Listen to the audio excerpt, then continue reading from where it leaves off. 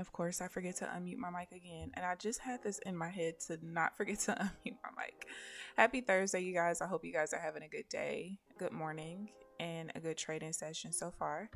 I have not taken any trades. That's why the P&L is not up there on the right of the screen just yet. I did do a little, I wouldn't even call it like a full-blown back testing, but I did change my Renko settings. So because of that, they're moving a little bit quicker than what I've been trading for a very long time, like the last year. So, yeah, it's going to take me some time to get used to how fast they're moving in the first like 10 minutes of the session. So the one, I think I missed one. Sometimes it's hard for me to tell until like I go back and start writing in my trade journal. But I think that I missed one trade. Might have been two, could have possibly been three.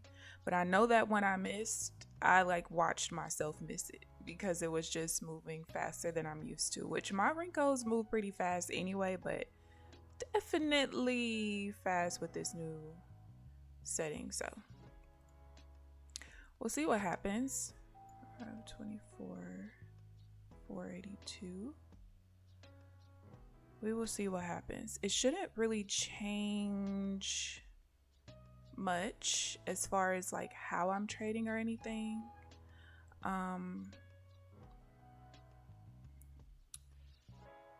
It shouldn't. Everything is pretty much the same. It's just the Renko settings are a little bit different, which is really needed because I kind of realized that there was probably what was probably throwing some things off was just how the volume in my reversal bars that I enter off of were, I wouldn't say off, but I think by reducing my Renko size a little bit, it should help. But my entries in everything are no different. Like my entry would be at the exact same spot, and that's one thing that I did look at for sure. What is this? 482. Yeah, so it doesn't change my entries. So even though the bars are faster, I shouldn't have a problem with getting filled in my entries. It's just they're moving a little faster. Good morning, Trenches. How are you this morning? And I just realized last night I forgot to inbox you, my girlfriend who has the course. I totally forgot. I will make sure that I do that today as soon as I get off the stream. Or maybe like in the 10 o'clock hour when things slow down. How are you doing so far today? I haven't taken any trades. That's why there's no P&L up there yet.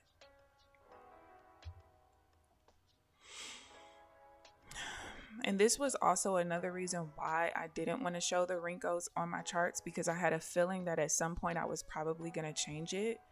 And yeah, I finally changed them yesterday. So I don't know. We'll see how it ends up working out. If it ends up working out. Nothing else really changed though. It's just that. So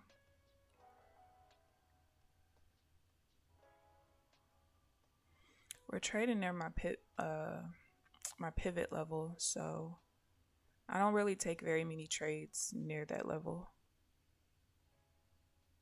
We're cooking with grease and okay.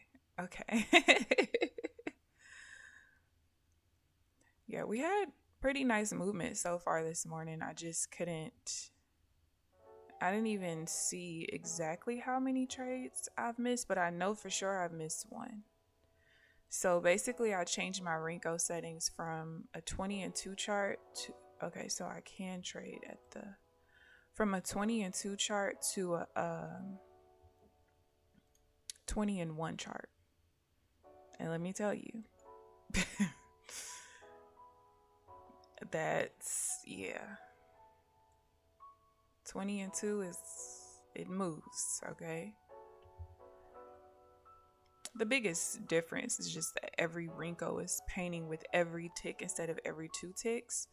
But I think it's gonna help me. I think it's gonna help me in the long run. And because my actual brick size is still 20, it doesn't change my entry or anything.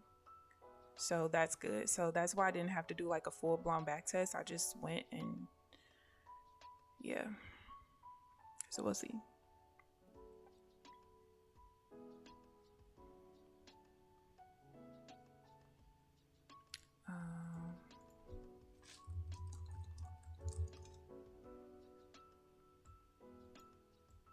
It's just gonna take some getting used to, which is all good.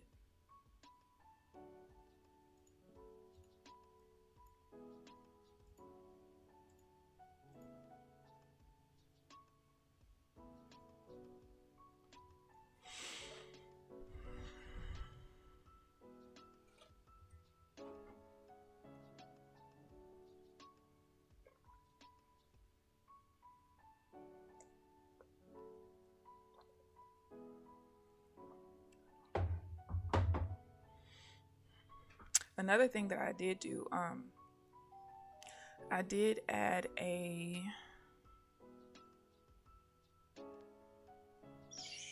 I want to do that 646.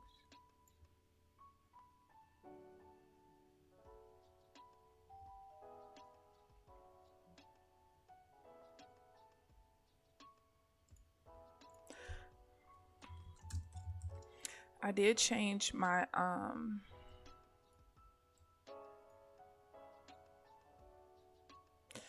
my ATM settings just slightly. Well, not change them. I just added another step to the auto trail.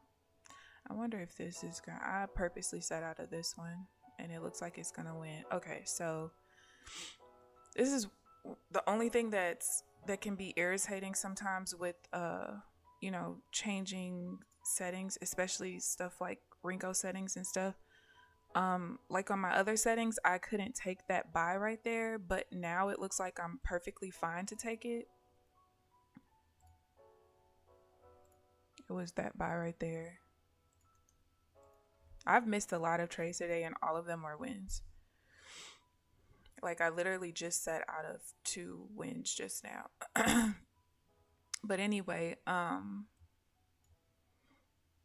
so because I've been getting caught a lot with like when I'm in a trade, it's 1 tick away from hitting my take profit and then it comes all the way back down to my break even.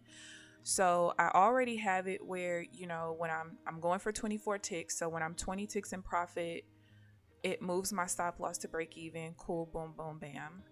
And then well, before that happens, basically while I'm in a trade, before I get to 20 ticks in profit, I think once let me just go look at it really quick. When I'm 14 ticks in profit, it starts the trailing, my stop loss starts to trail the close of a reversal bar, so that if I get a reversal bar before I hit my auto break even level, I'll lose a little bit less money, you know, because I'm taking profit a little bit earlier. Let's see, 654. So what I did was I added another one to where when I'm 23 ticks in profit, it moves my stop loss to, I think, like 12 ticks in profit. So we'll see how I like that. I should like it. We'll see. Because most of the time, if it's coming back to my break even, it's going to keep coming back. So I might as well just secure more profit. That's just the way I see it.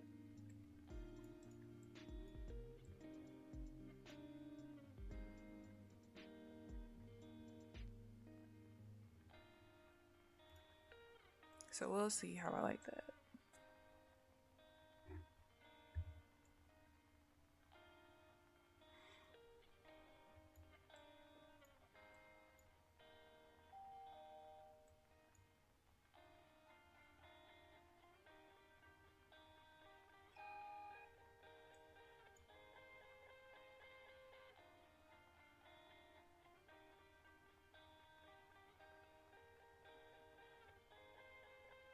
I do think that I'm going to like having this particular Renko setting a little bit better than my 20 and 2 chart, especially once I get used to just seeing it move a little bit faster.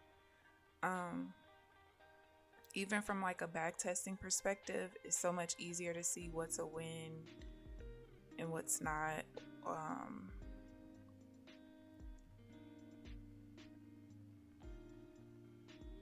And what breaks even and things like that. It's a lot easier to see it since I don't really need to see inside the bar at all.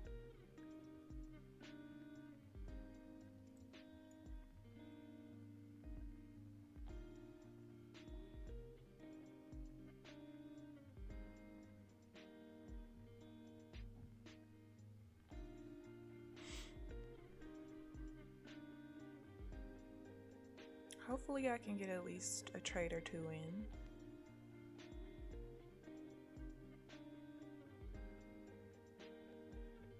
Something else that I did, again, not really backtest, but just look at, is it looks like after 10 o'clock, I only have to stop one of my setups and not 4. So initially I was trading all of them but one, and then I stopped. And it looks like I don't have to stop the other ones anymore. We'll see today. But it looks like the issue that I was having was not fully understanding like certain setup. Okay, so let's say I'm looking for a buy going back towards the VWAP. Certain setups I need the volume to look a certain way, and other setups I need the volume to look the complete opposite way. And that was something that I wasn't really noticing or realizing. And it doesn't even have to be the VWAP. It could be any support or resistance level, the prior high, low, open, close, like all of those.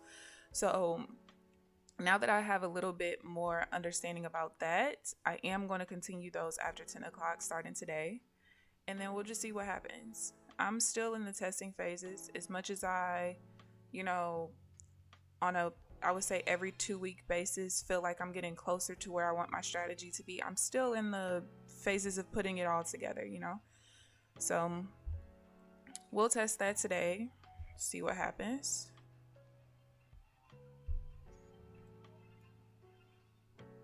Yeah, I could see the trends really well on almost any Renko setting as long as the threshold is pretty small. But I'm really liking the way that it's looking with the 1 tick versus 2. Like, I'm really liking it.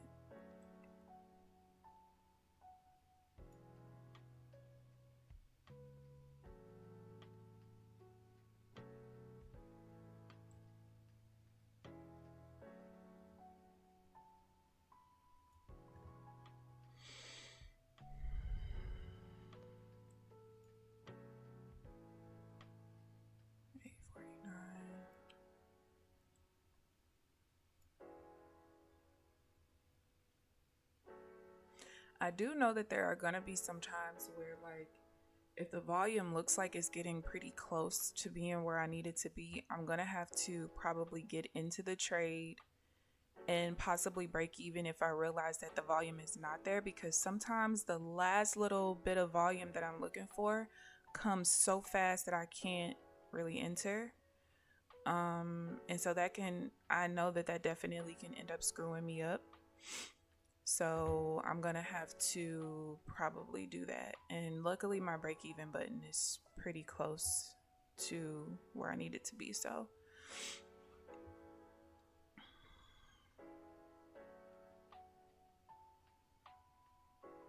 let's see, all of my accounts but one. Let's see, those 2 accounts. I got another renewal last night. Oh yeah, the 25th. But when does that one renew?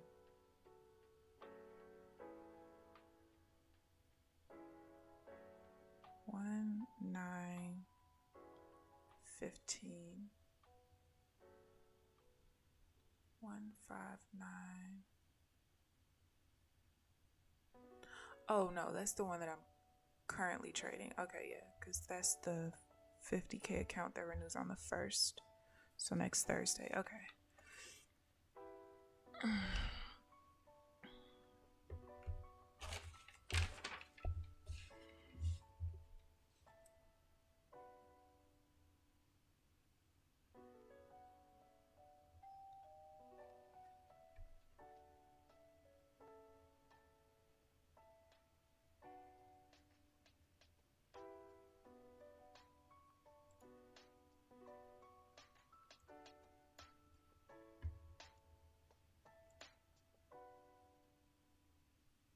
Alright, so we got news coming in at 9:30. Natural gas.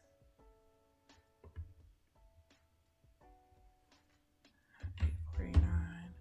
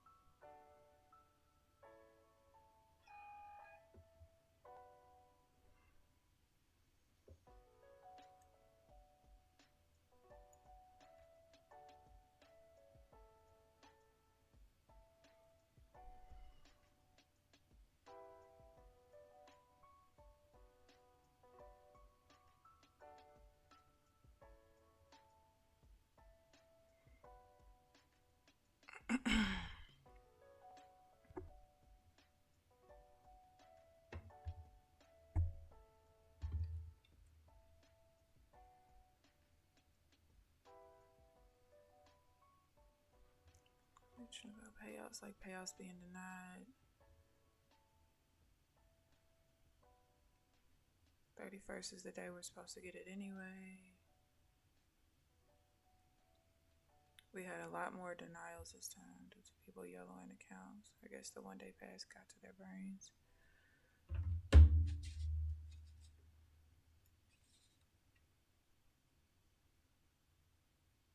490.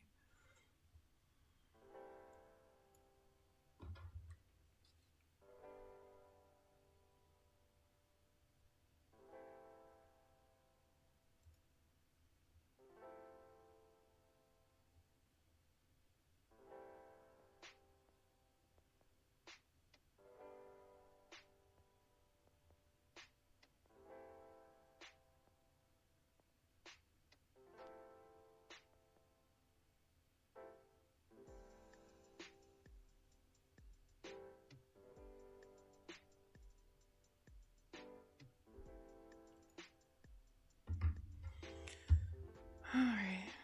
Thank you, Meg. Good luck to you as well. Good morning. No trade so far. That's why it's no P&L. As soon as I take my first trade, I'll put it up there.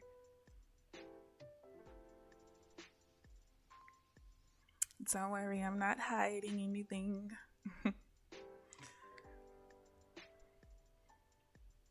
No trades, but I definitely missed some.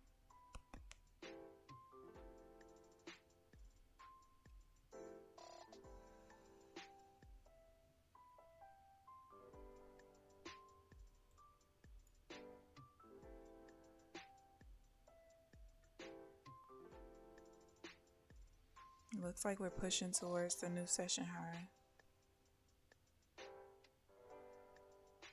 Or the session high, not the new session high, just the session high. And we're about to hit the 7-minute mark for the news event coming.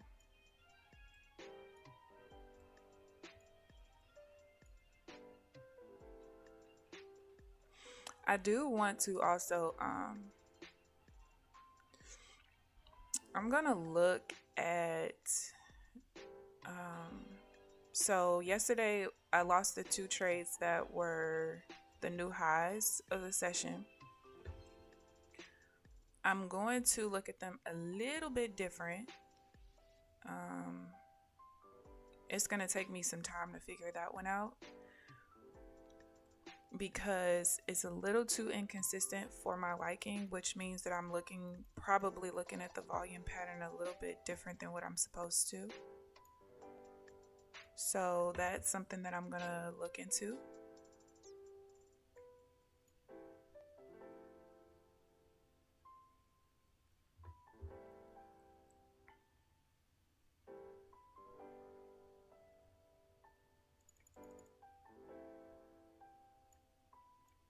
about to scroll back to yesterday really quick. Let's see, it wasn't that one. Wasn't that one, it was this one. Okay.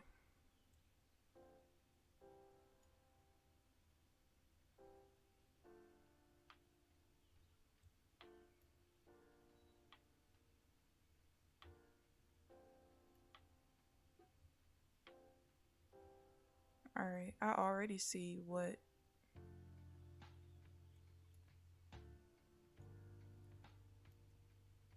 the issue was. Okay. And I probably can see that in my backtest data too. I'm gonna go look real quick. Because that's something that I definitely want to be able to get into if I could do it properly.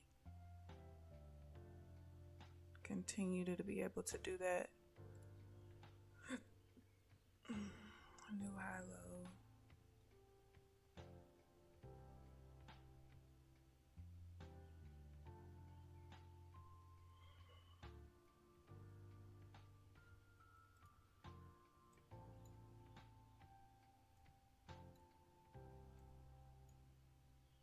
Alright, we also just came off of my major resistance level.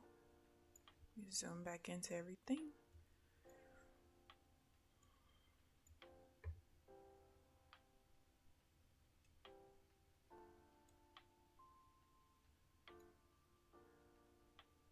Got 5 minutes till news. You're welcome, Mick.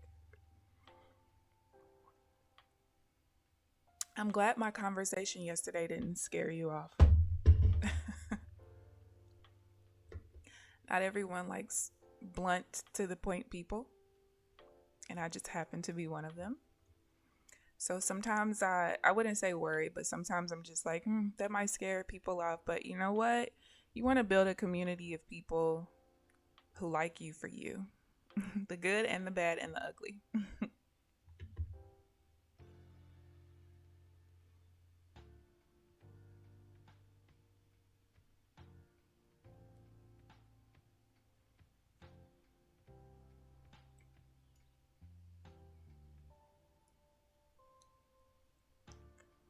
15, 12. What is that? 12:08.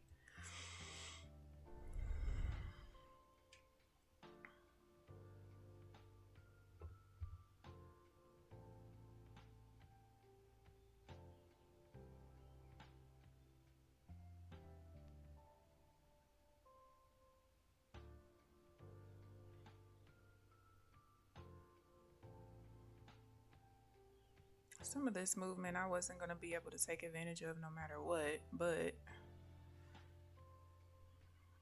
some of it I definitely could have. It's probably going to take at least a week for me to get used to the new wrinkle settings I have.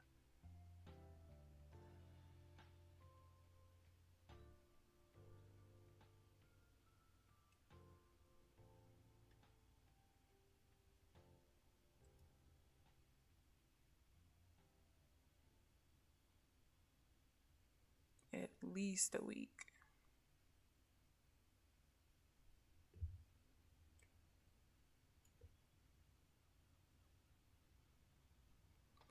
Now I wonder what makes that.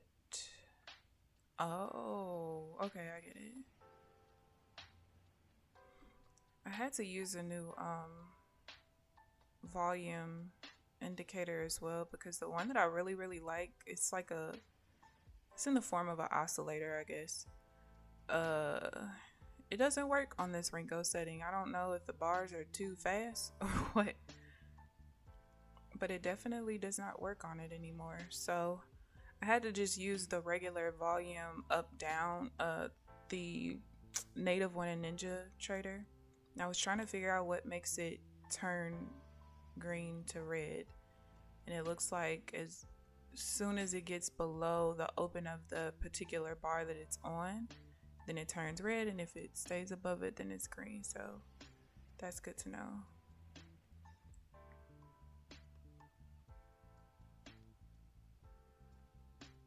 I really wish I could get the other one to work though, because I definitely like that one better. Alright, there's a pin bar. Definitely like the other one better. You've been kicked out of discourse for calling admin out, and I have no problem with people speaking up. Listen, I am extremely toned down at this point. Like, if you guys knew me like 10 years ago, my nickname was Killer Key, because I just would cut people with my words, and not even like in a malicious, mean, ignorant, evil way. It's just because it just was like to the point. I don't have time for sugarcoating. Like, we are grown people. Why do I need to sugarcoat anything?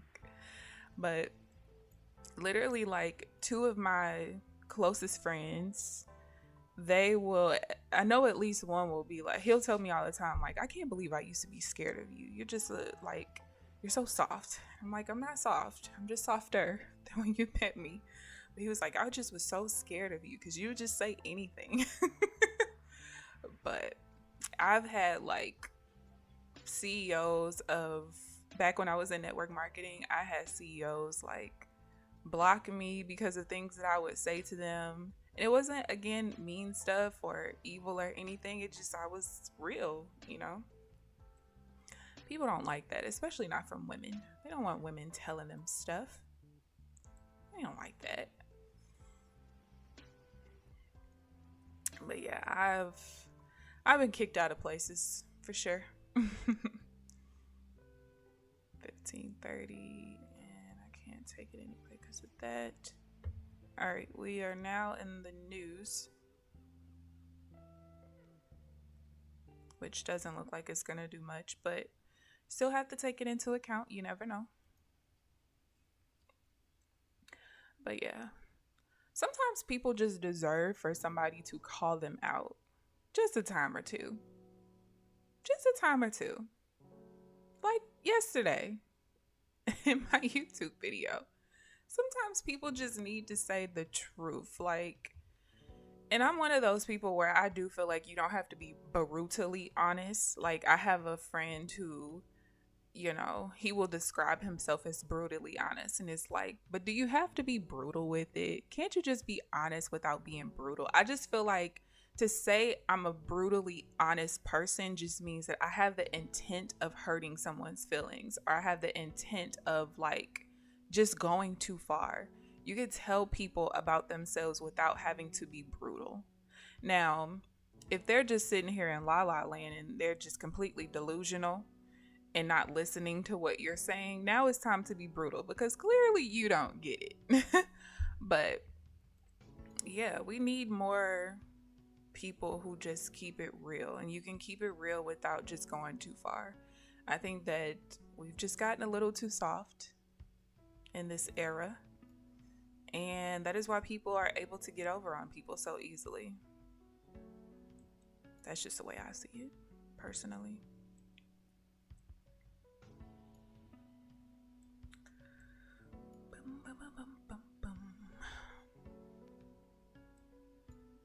I'm gonna play some music because I can't hear the music that y'all hear, so just play a little music in my ears.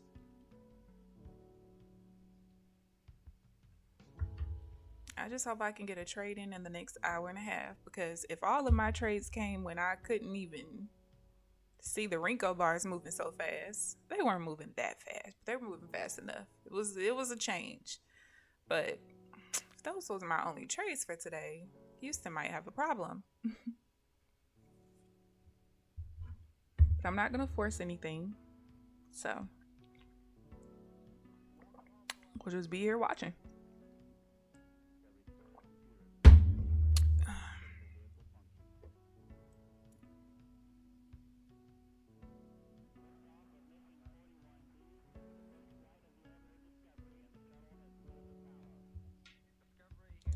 Market definitely is slowed down enough for me to be able to see stuff happening.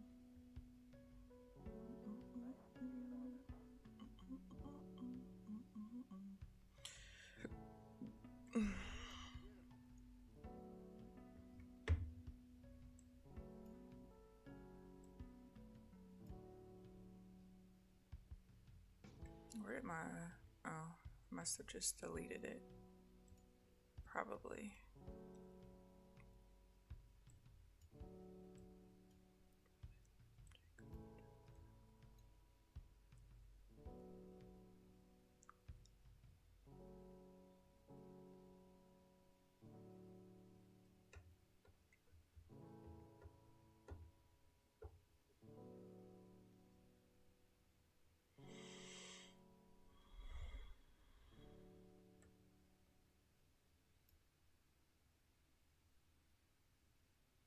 How is that still? I'm gonna have to watch how that works now.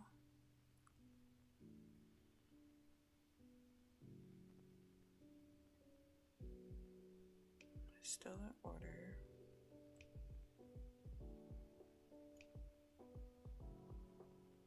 What's that? 626.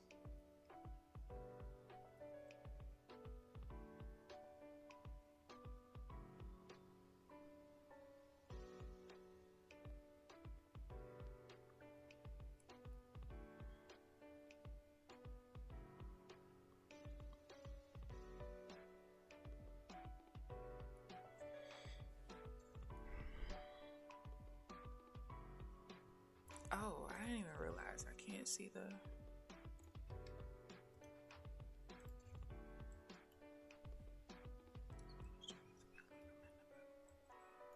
There's no way that this is still...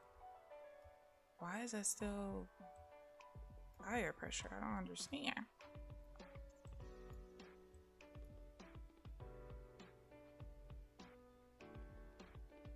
It's out of order, but...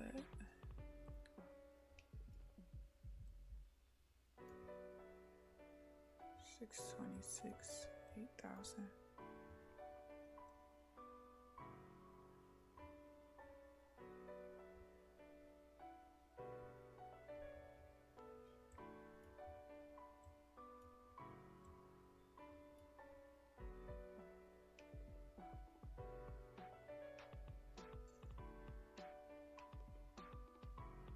That was a really hard push off of my resistance level up there. Bring this down here. Like a really big push. My goodness. Let's see if I could.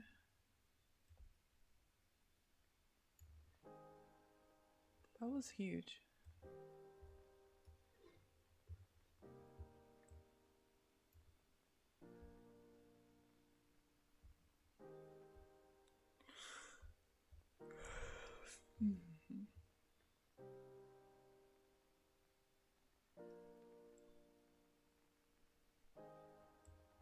That didn't. Oh, it did. Oh, wait, but that doesn't matter.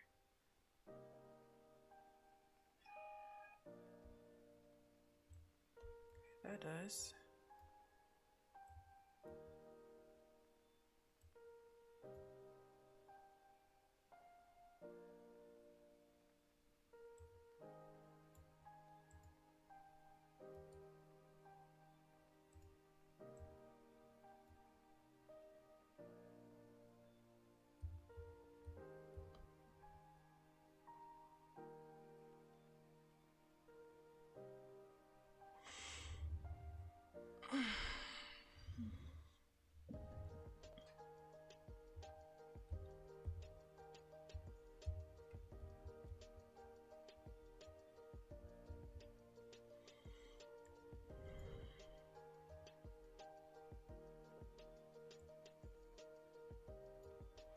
Now, I don't think that matters anymore.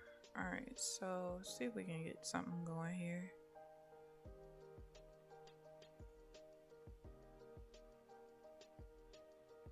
$4.85.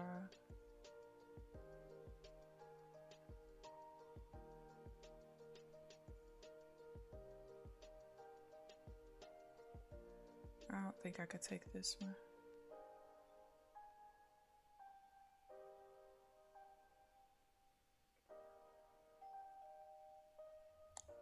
Let's see if I still have to respect that particular pattern.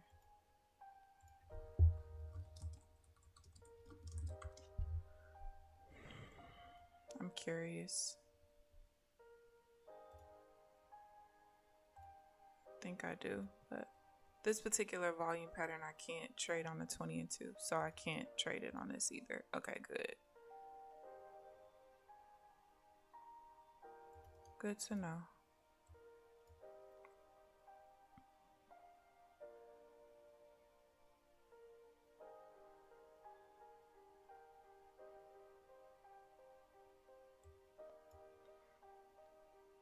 Now let's sell. 611. The sell I definitely could have taken. This one.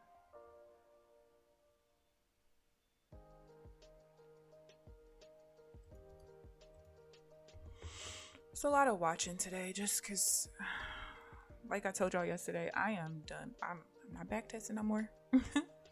I'll look at some stuff, but I'm not like full blown doing what I normally do.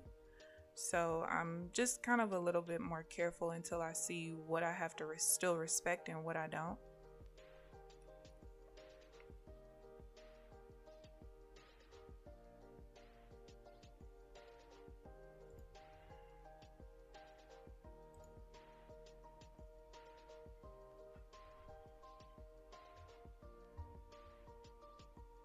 So that I did not have to respect anymore. This one, the uptrend I did, the downtrend I don't.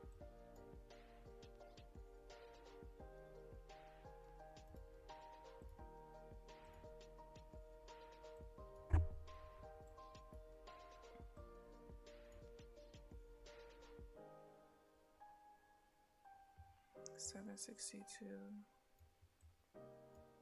I don't take any trades at all today. I would be okay with it. It kind of sucks sitting out, but if this is gonna get me where I want to be, I'm cool with it. It's whatever.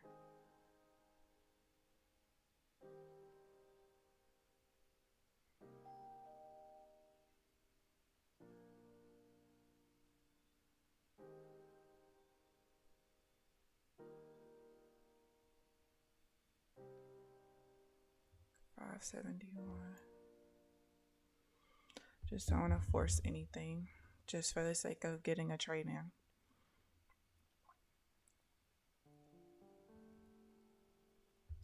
If I do that, I'll just go for a tick.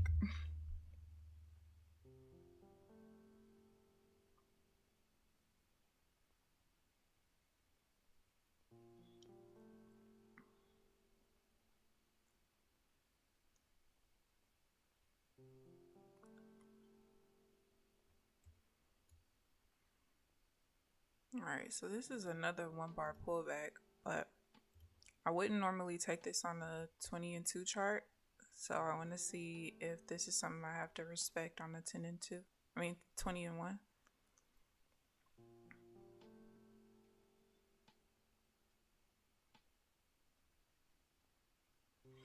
Because like even yesterday when I was looking at, I think I took a 1 bar pullback yesterday. And yeah, so I can. And it lost, but on the 20 and 1 chart, it wasn't a 1 bar pullback. So, but the ones on the 20 and 2 chart that were also on the 20 and 1 chart, I could take. So, it's just little things.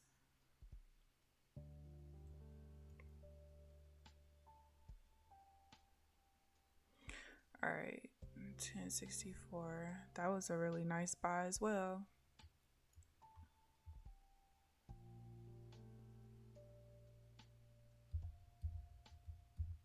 I think I am still going to stop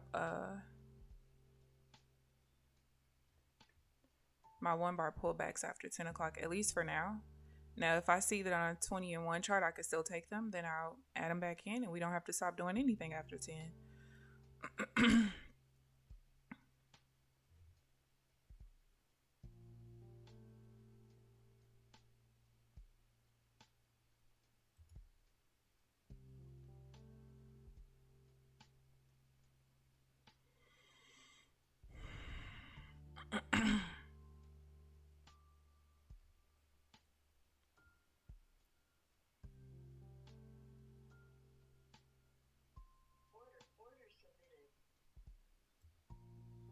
don't like how that was orange.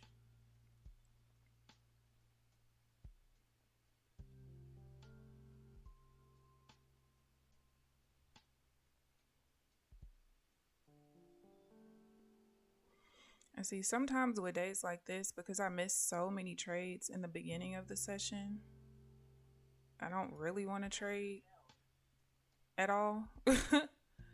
Just because it's like you have a time like this where the first trade is a loss and I could lose after this, and I don't have the wins from the beginning of the session to help me. Like, I don't really like how that changed. If it gets back up there, I'll break even. Yeah.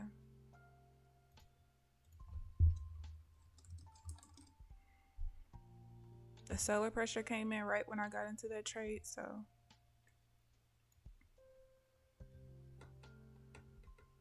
Oh, let me put the...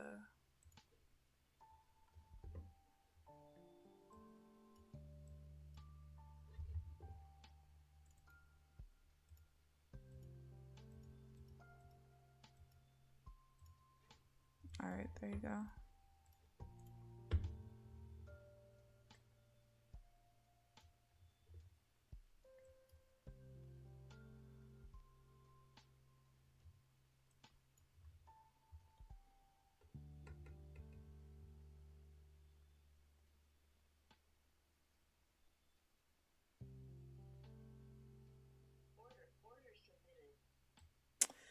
You know, I mean, I guess I'm getting a better price, but I'll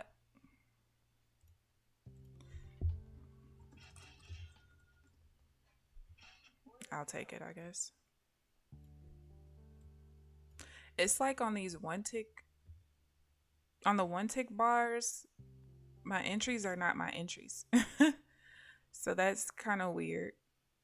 And it also could just be because there was just a little slight volume spike. I mean, the one good thing about using limit orders is you're either going to get filled at your price or a better price. So I guess I'm grateful for that, but it just looks crazy. Like my entry was supposed to be $15.25, but I got filled at $16.25 for the sale, which is a better price. But seeing the orders go orange right when they trigger scares me. I don't like orange, or when it comes to Rhythmic and NinjaTrader, I do not like orange orders. We don't like it. We don't like it. Scares me. And you know what? Let me fix this real quick.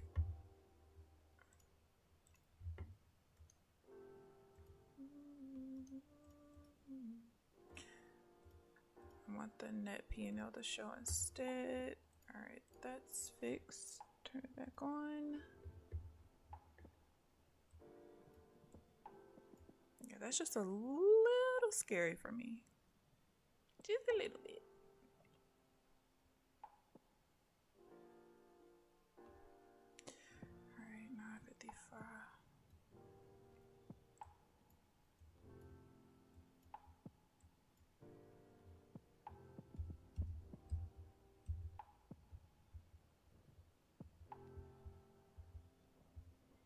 All right, that makes sense why I needed to get out. I'm glad I broke even there, and it makes sense why I had to. So,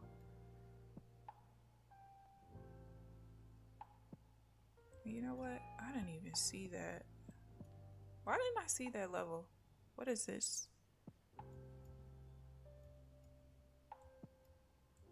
It's not a pin, but I kind of have a feeling of why I lost the first one. We'll see, though.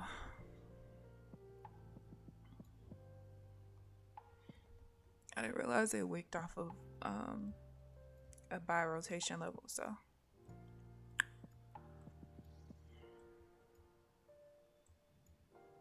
But we're back to break even, so I will not complain.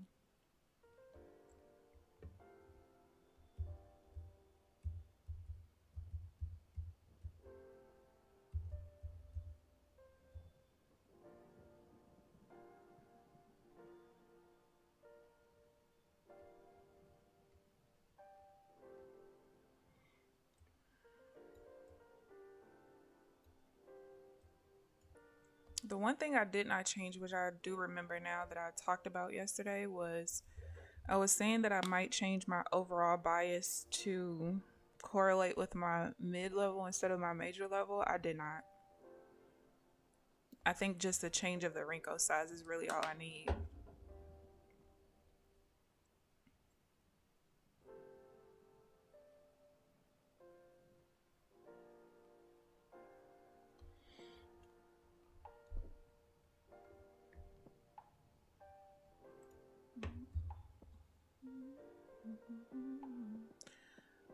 So, oh, the follower account, okay.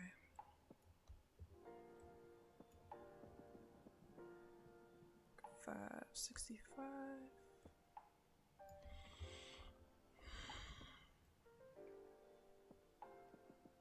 Oh, I keep deleting.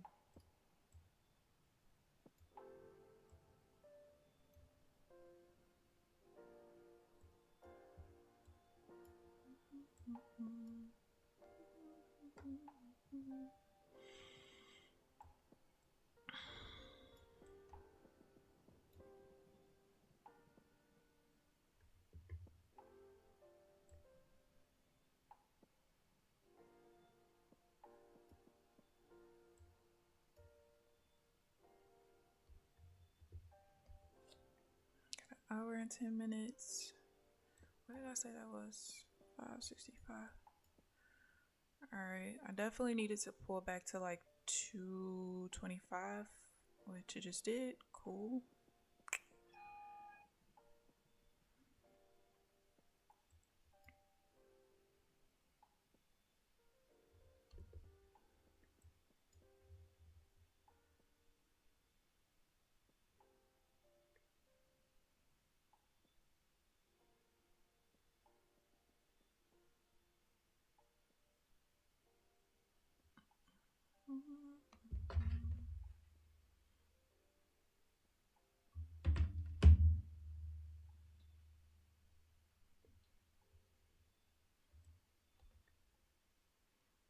Oh, it's freezing.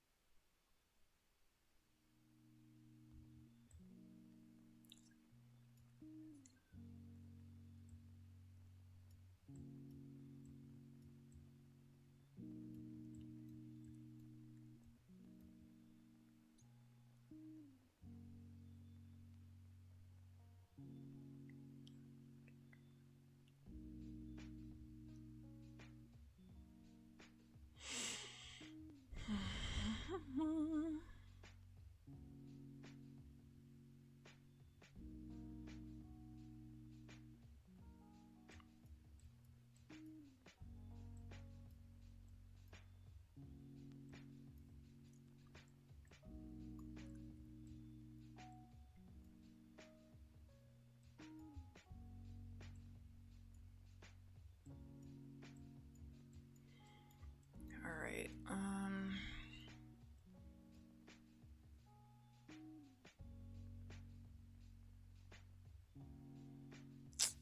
not really interested in any trades right now. My middle level is showing an uptrend while the other two are showing a downtrend, so I would like for them all to be matching again.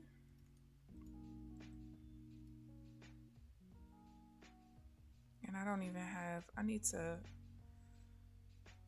put the turn level back on my chart for my middle level so I know when it's going to change into a downtrend. Downtrend or uptrend.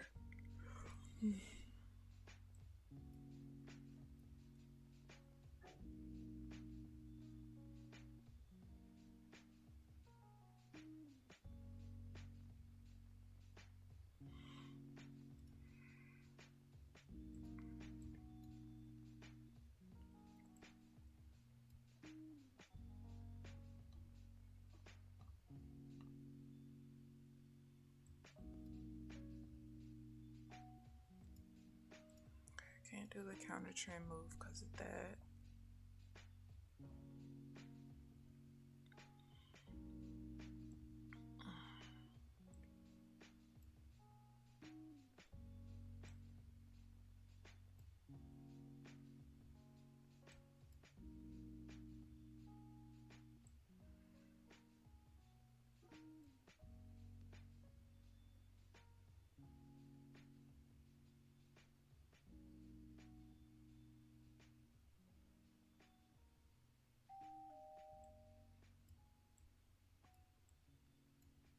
Alright, so it's a downtrend now. It's still out of order, but that's okay.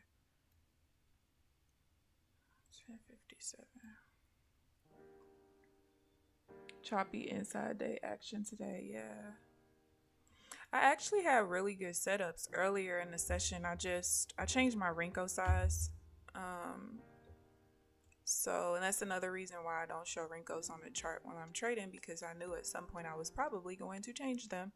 So I went from a 20 and 2 chart to a 20 and 1 chart.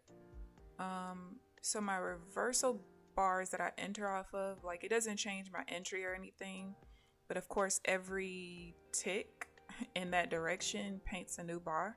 So it was moving a little faster than I'm used to. Every 2 ticks was already fast. So I just missed trades. And then there were some trades that I just stayed out of just because I wasn't, sure if I still had to respect certain rules that I had prior to. But I had some really good setups earlier today though. So we'll see long term what happens.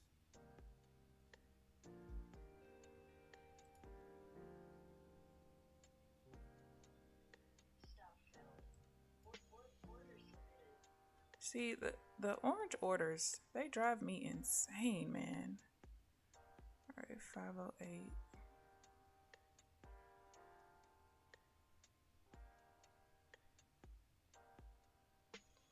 I just don't. They make me so uncomfortable.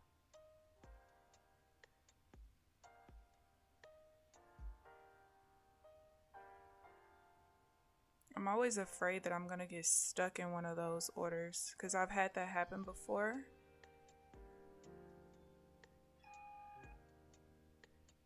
Oh, I should have broken even right there.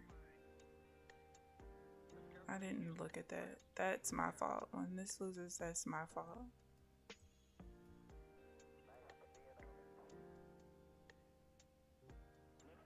Can we get back up, please? Okay. I got out because there's a new level that painted right there, so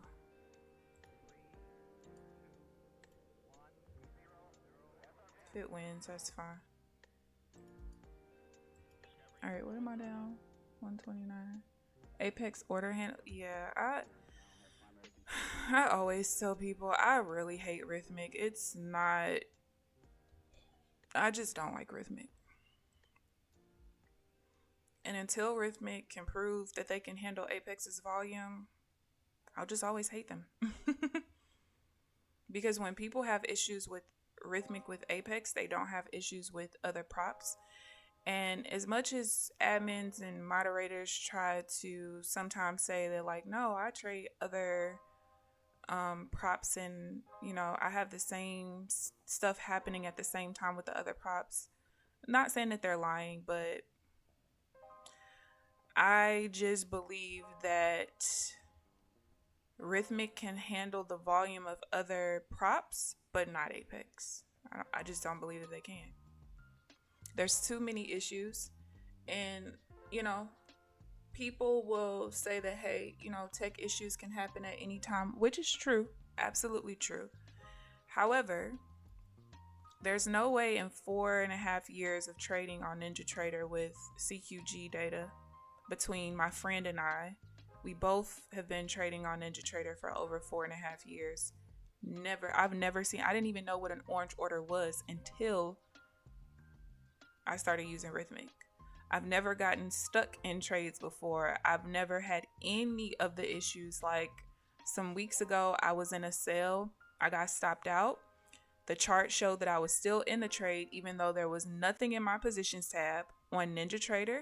I had a rhythmic open. There was nothing in there showing that I was in a trade on rhythmic either. But some way, somehow, when I flatten all, because when you flatten and you close all, it's two different things, right?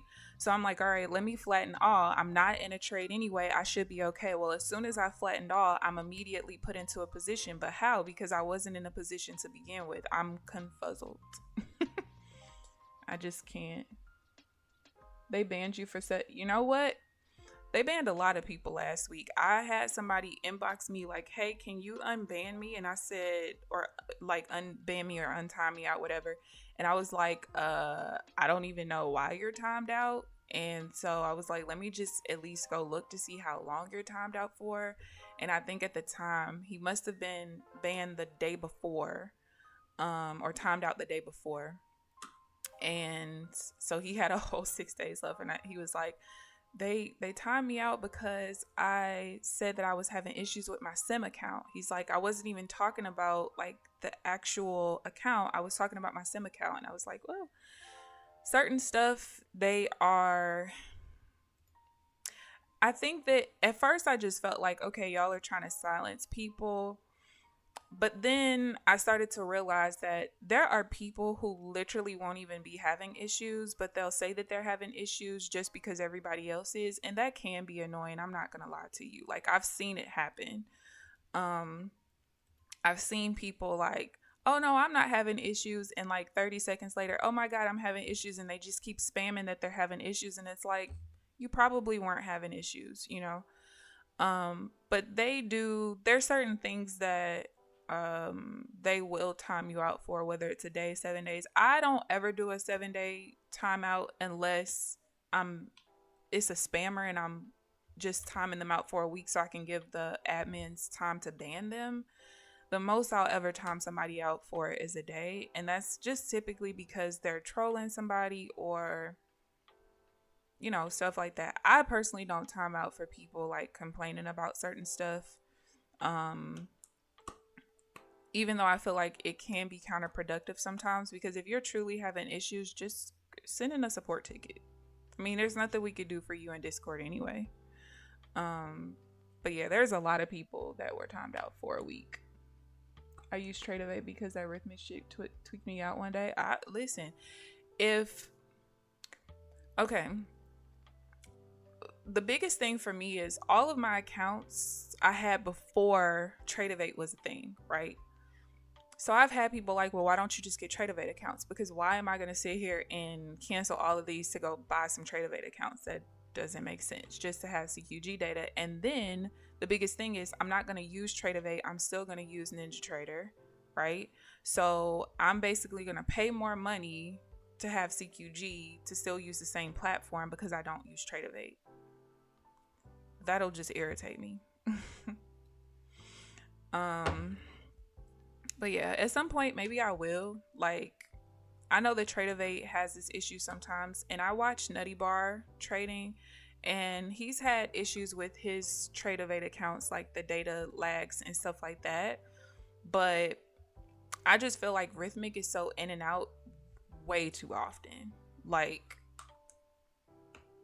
even with the issues that are not acknowledged, there's still way too many people having issues, and in their mind and from their perspective, which I get from a business standpoint, but still, you know, from their perspective, well, if we have 130,000 traders and only 1,000 are complaining, well, that's not a widespread issue. But to me, it's still a widespread issue, because if you have 1,000 people that are all from different parts of the world, who all have different equipment, who all have different internet speeds and things like that, well, it's still an issue and it still should be addressed.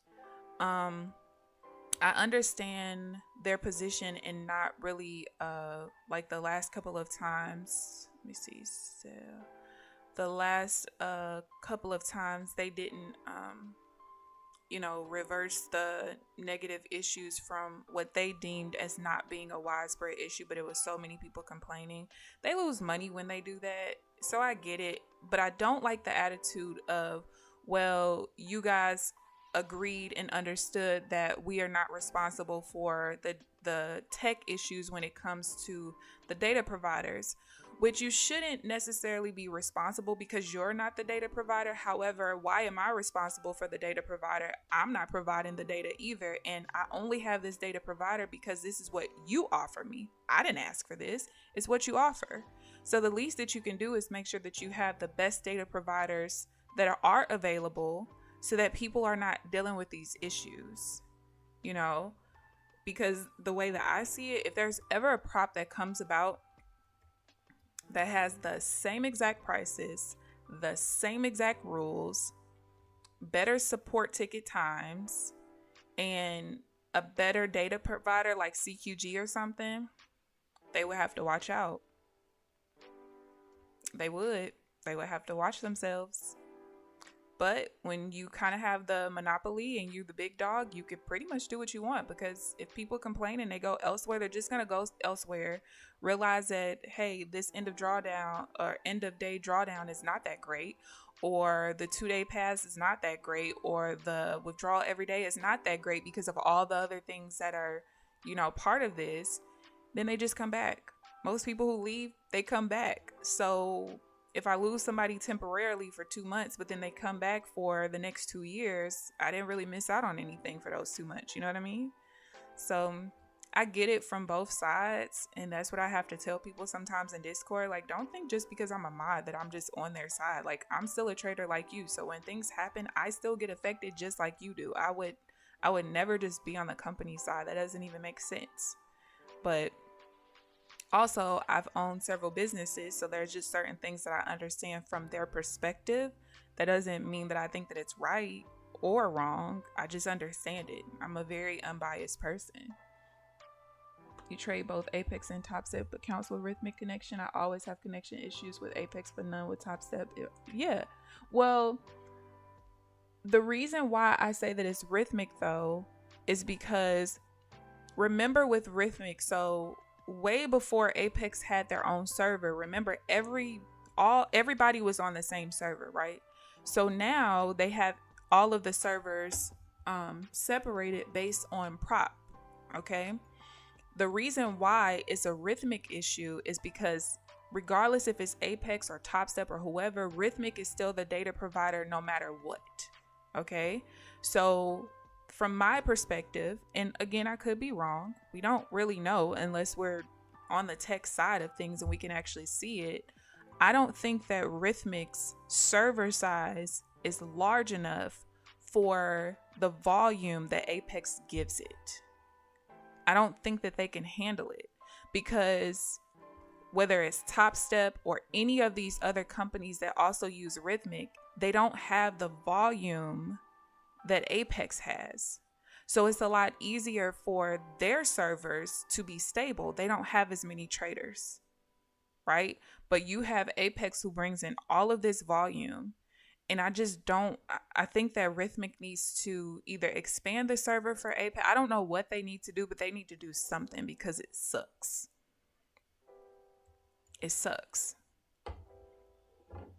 And I don't like when Apex tries to always, put it on the trader and what they have available as far as equipment and things like that. Because, if you have proof that, hey, my Top Step doesn't do this, but Rhythmic does, or Rhythmic with Apex does, then at some point you have to listen to the traders,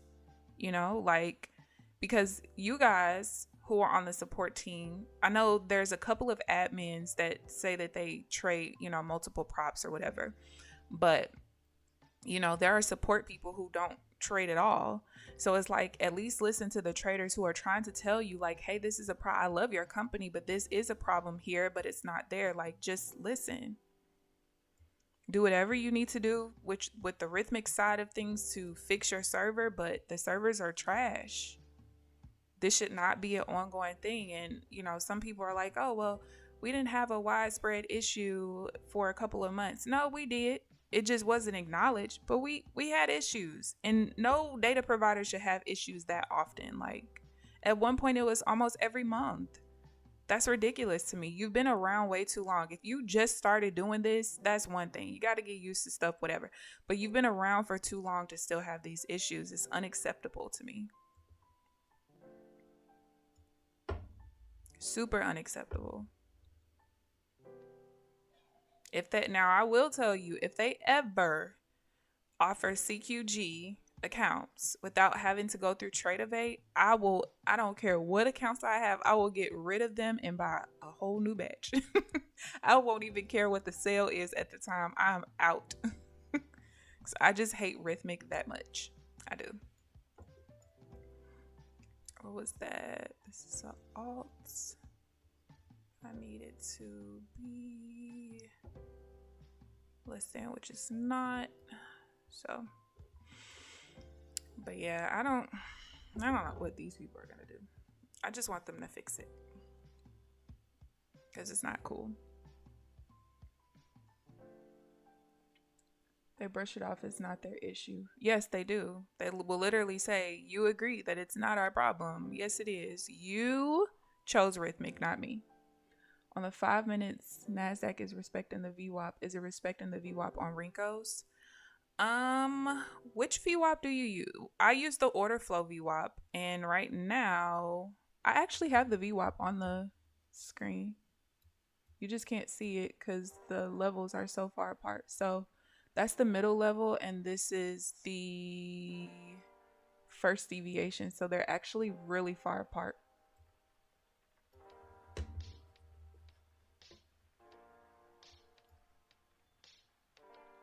Which I like. I don't like when the levels are so close together. It just, we don't like it.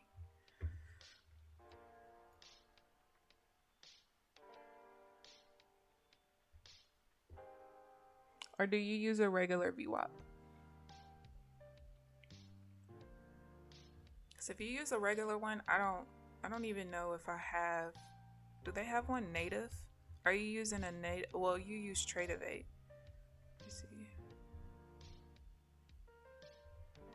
Yeah, see, NinjaTrader doesn't have like a regular VWAP. They only have the order flow.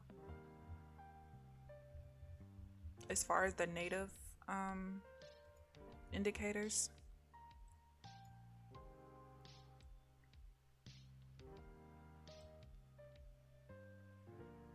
And the last time we even touched the VWAP level, for the order flow at least, was like 948 when we pushed down from the yellow one that's up top, that first deviation level.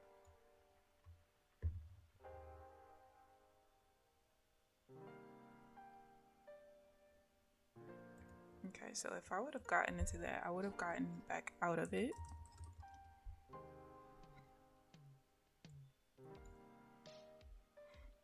That was divergence at my minor level to go up.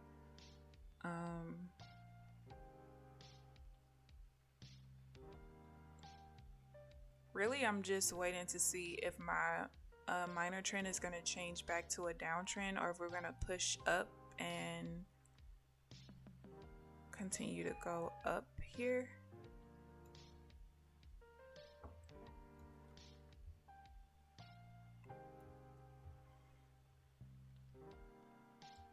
Because even though it's showing up an uptrend for me, it's like below my other two levels that are both showing sell. So I have to be really careful with taking buys until it at least gets in front of the other two.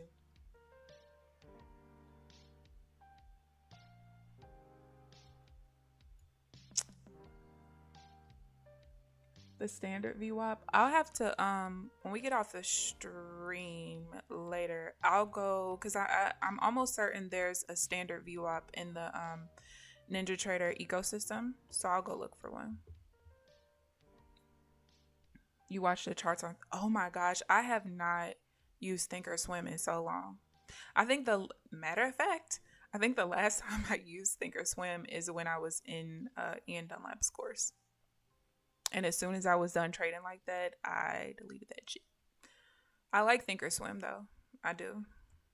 I think also maybe at one point I was charting on Thinkorswim. I think when I was trading binary options on Nadex, I had took the course from me and my friend had did the course from Major League Trading, and this was back when the guy Jack was like, you know, kind of the head honcho there.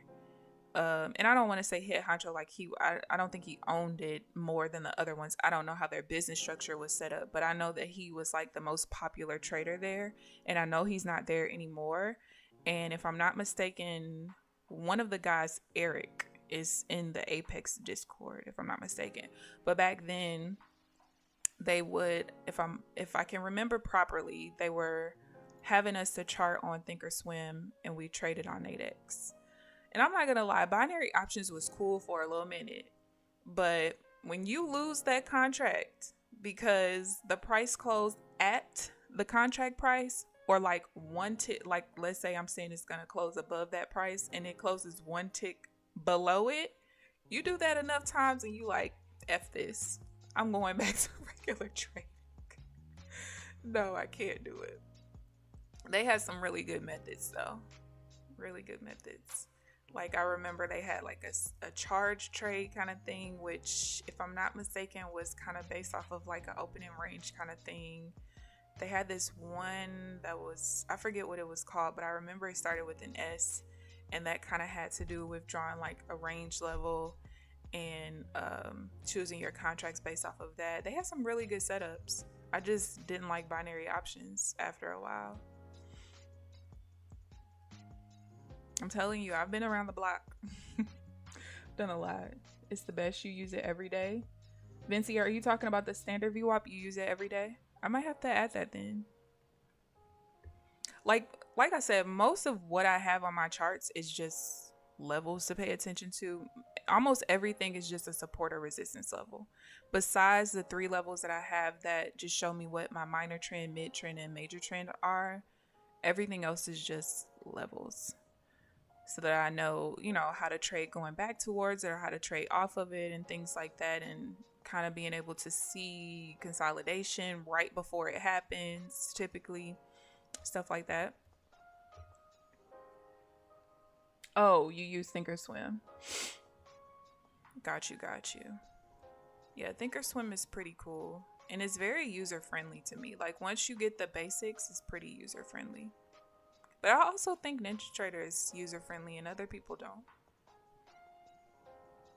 Like I know some people think TradingView is user friendly. It was not user friendly to me at all. And I only used it for a very short period of time when I had went back to Forex for a little minute. It could have been last year. I don't remember. I think it was last year. And I was like, why do people like this? I hate it.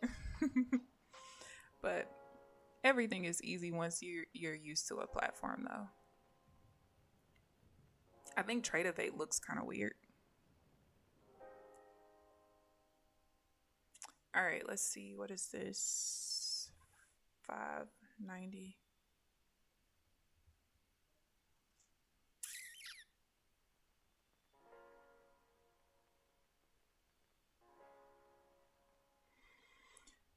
Okay. Might get into a buy possibly, maybe.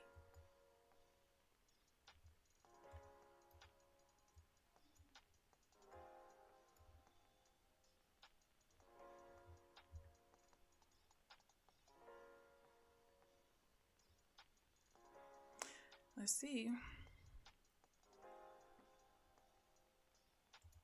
Nope, that invalidated. Let's see if we could build up enough volume now.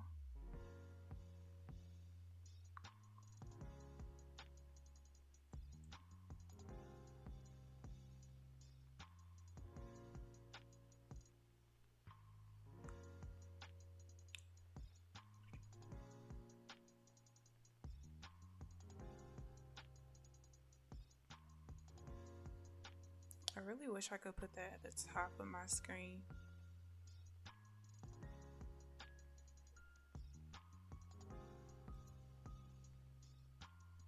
Alright, let's see what happens.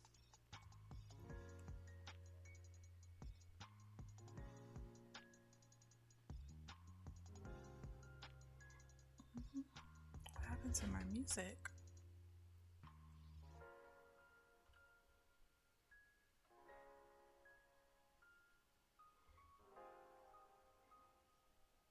Let me tell you guys, I had the most frustrating day with Bank of America yesterday.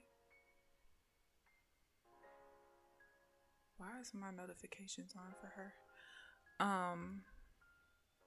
So I drop ship, and hold on, I have to turn off my note. I don't know why I have notifications on. Shoot. So I drop ship, and I have this credit card that I have not used in quite a long time, but I started using it this weekend, right? So, you know, when you are purchasing orders like in batches, where you might do like 20 transactions in an hour or 20 transactions in like 15 minutes, Bank of America on whatever website you're using will start to ask you for a 6-digit code. Cool, boom, I'm putting in the code, fine. So this was Saturday. Everything was cool. So same thing happened the day before yesterday. Everything was fine. So yesterday, started getting the orders together, and all right, that pushed too far down. I'm not comfortable with that. And not only did it start making me put the code in, which I was doing, but then it just completely, like when I logged into my bank account on my credit card, it was saying, oh, fraud alert, da da da da, you have to call us. Now, mind you, I called these people on Saturday already. So I called them again yesterday. The first lady I talked to was like, oh, you know, I'm sorry, you know, that this is going on. I'm going to put an override on your account. You should be fine, whatever. And I'm going to file a complaint on your behalf because you've been a customer of ours for 16 years, blah, blah, blah. All right, cool, fine. Not even 30 minutes later, not only does it tell me in my account fraud alert again, but now as I'm placing the orders, I can't even place the orders no more. It's not even letting me do the code anymore. So I call back. So I'm talking to the lady. She's like, all right, I'm going to put in the override, blah, blah, blah. So before she puts the override in, she comes back and she says, well, ma'am, I can't do this because, no, first she says, do you have a new phone number? I said, well, I put a Google Voice number on my account a couple of days ago, but that's it. Like, I still have my other account number on the account. She says, well, I can't authenticate you because, you know, for reasons that I can't say. So you're going to have to go into a branch to get this override that you need. I'm like, what? And you're going to have to take 2 forms of ID. I said, ma'am, with all due respect, the last lady just reminded me that I've been a customer of y'all's for 16 years. If you think I'm going to leave my house with 2 forms of ID so that you can authenticate me, a person who's been with you for 16 years, the only way I'm going to go back to that branch to do that is to take 2 forms of ID to close every single account that I have with you. Please let me speak to a supervisor because this doesn't make sense. You're telling me you can't authenticate me because I have a secondary number on my account that when I put this in as a secondary number, you guys changed to a primary, but the number I'm calling you from is still on my account, so none of this makes sense. So I have to wait again. She puts me on the phone with the supervisor, and I'm explaining things to the supervisor, and I'm like, look, none of this makes sense. I just called you guys 30 minutes ago, and she said that she overrode things, and I shouldn't have to call back to back in 30 minutes. So needless to say, she fixed the problem. And I literally let her know, I said, you know, Chase, Citibank, other people I have credit cards with, they don't do this. Although people appreciate the fact that you guys are trying to make sure that your customers are not, you know, experiencing fraud, when we do show that we are not, because we're putting in codes that are sent to our cell phones and things like that, when you turn around and tell me I have to take 2 forms of ID into a branch, now you tripping. And I pulled most of my money out of Bank of America years ago because I started to, I had opened up accounts with Ally Bank when I realized, you know, how different the savings accounts rates are. So they don't have very much of my money to begin with, but I do have a credit card with them, and I would like to continue using it because I can get 3% cash back for all of the purchases that I'm making for my drop shipping stuff.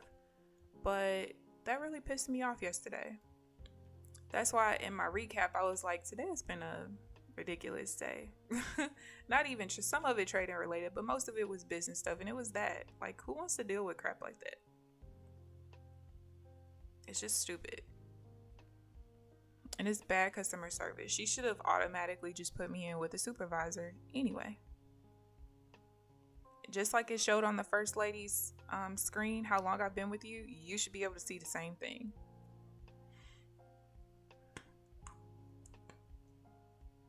I sound like your sister. She don't listen. I am one of those people where, like, it doesn't matter if it's my mom, my grandma, like whoever. If you need me to talk to customers, whatever it is that you need to have done, I will get it done. Because for me, like, I'm not one of those customers who's just like really mean to customer service and I cuss you out.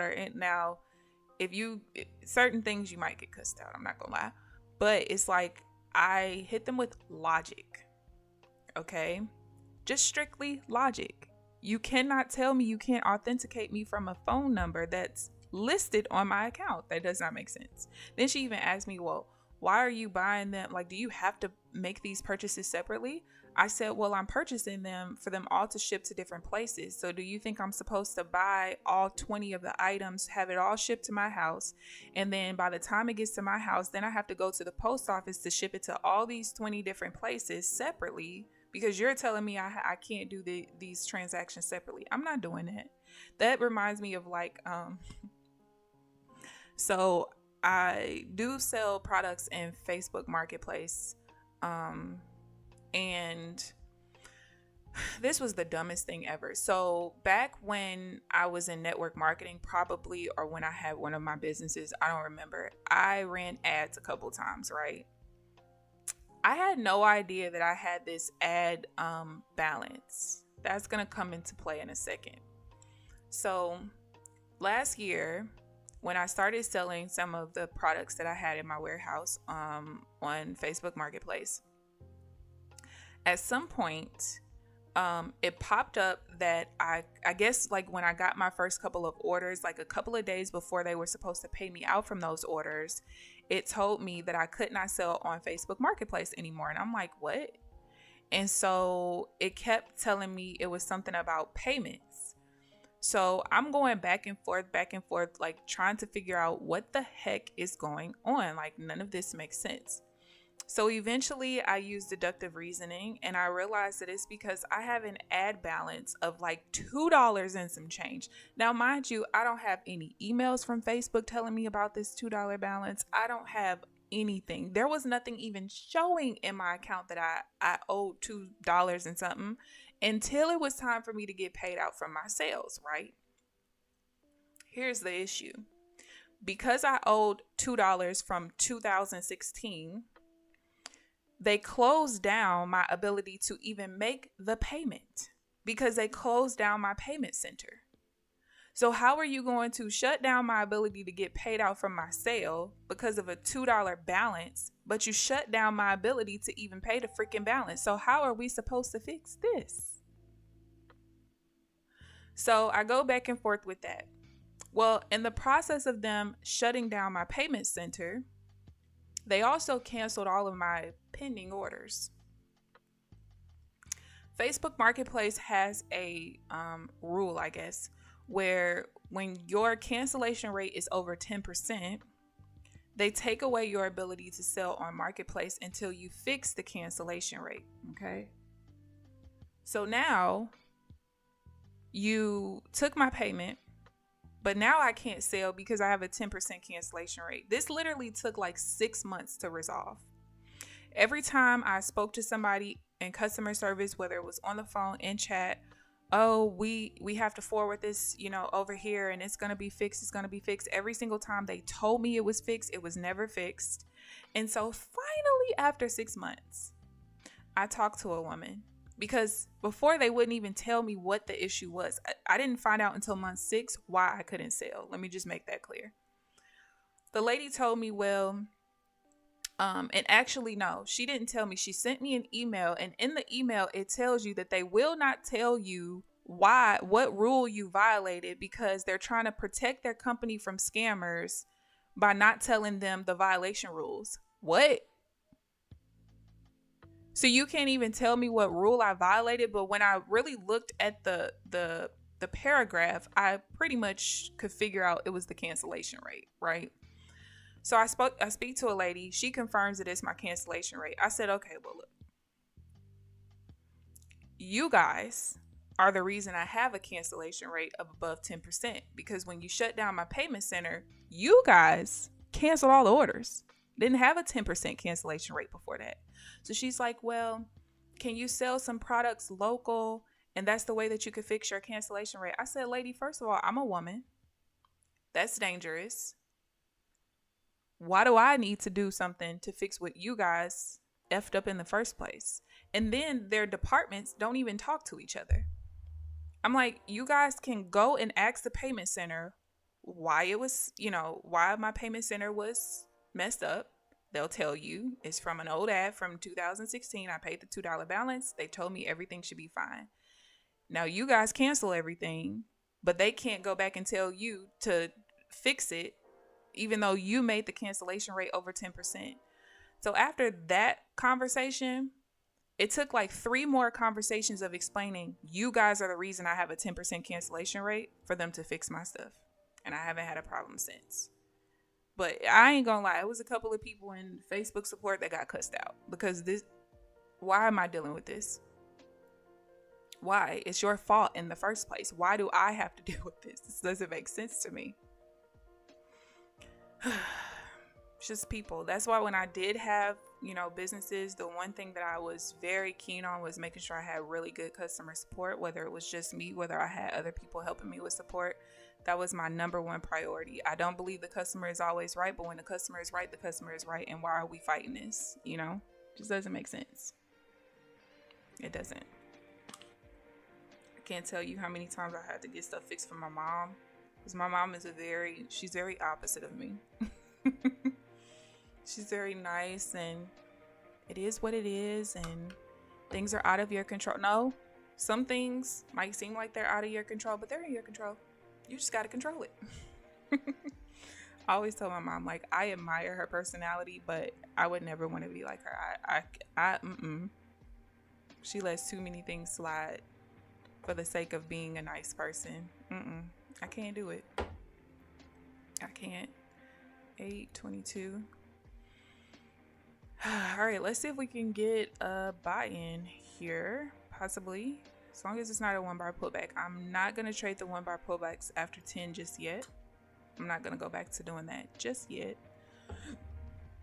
until I look at it a little bit more. Excuse me. I don't really... Well... I'll go for it. Let's see.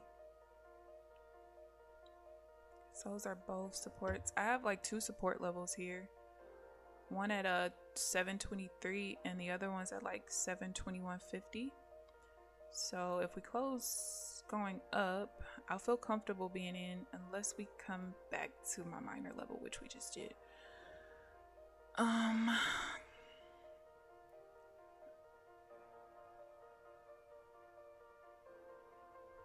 All right, so I can't take this one because my minor level is a weak level. So there's a certain volume pattern that I look for when it's a weak level, and that would make it where it doesn't align with the lower low, higher high, higher low sequence. So we got to sit out of this one.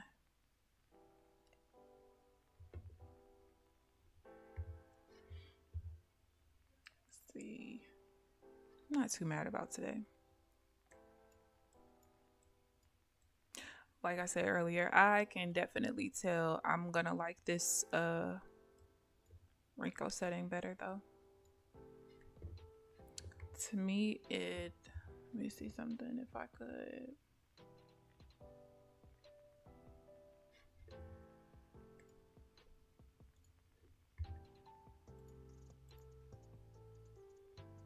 I'm gonna put them side by side so I can show just how different they are. They're the same but different at the same time.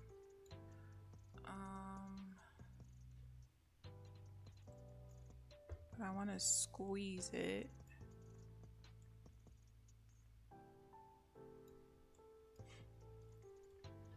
All right, so there's a 20 and 2. And this is the 20 and 1 that I just switched to. Oh, not 1, 2. All right. My monitor is always in the way when I'm trying to look at my laptop screen. Yeah, the 20 and 1 to me is just a little bit smoother of a chart. And actually, let's do this. But we'll see if this is what I end up doing long term. I think it is.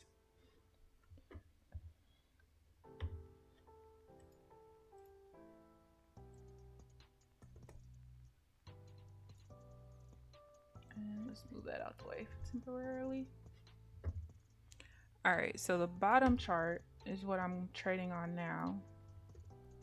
And you can see that it's just a little bit smoother on the 20 and 1 versus the 20 and 2 chart. And it's just because the reversals and stuff happen and the bars paint more since it's every tick versus every 2 ticks. So like if I think that is where it,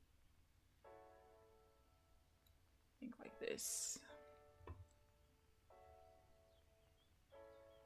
But yeah, so I think I'm gonna like this chart better, the one at the bottom. But like I said, it's gonna take some getting used to, for sure. For sure. And it's crazy because when I used to trade like ES and crude and all of those, I always traded with the tick, I think it's the threshold, yeah, because it's the brick size and the threshold. I always had the tick threshold at 1 tick.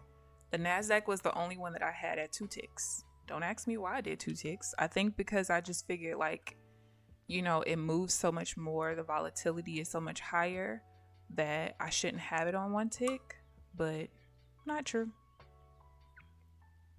I should have done the same exact pattern, and I would have cut down a lot of time from trying to create my strategy off of Rinkos. Like on the ES, I think I used to use a 8 in 1 chart or a 10 in 1 chart. Gold and crude, I definitely used to use a 10 brick size and a 1 tick threshold. And it basically like is because, you know, 10 ticks is, well, not 10 ticks is the point, but it just made sense based off of how the price is over there. And then like on the Russell, a 10 in 1, the Dow, usually a 10 in 1 or a 20 in 1 is good. Just kind of depends. All right, let's see. That's fine, but that's not the rotation I'm looking for there.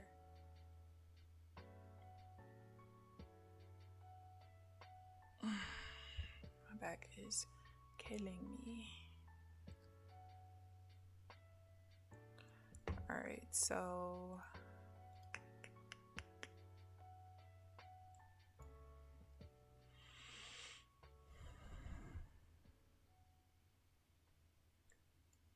I can't take a sell if it reverses here, because even though it's divergence and most things are lining up, there's a support level right here for me. So still at the 721.50.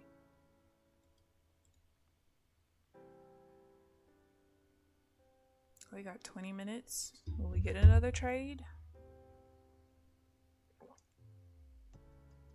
Yeah.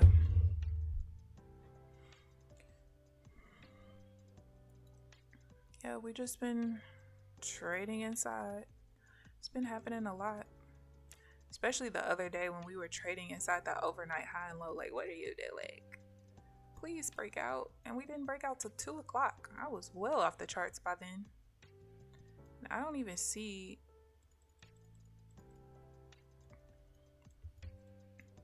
Did it not draw? Or are we just not near? Oh no, we're just not near the levels. Let's see. Unlock.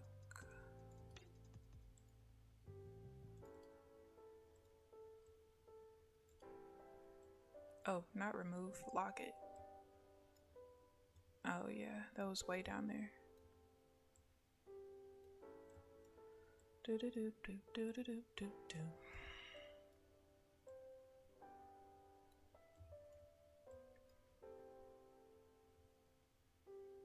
What is that? 920.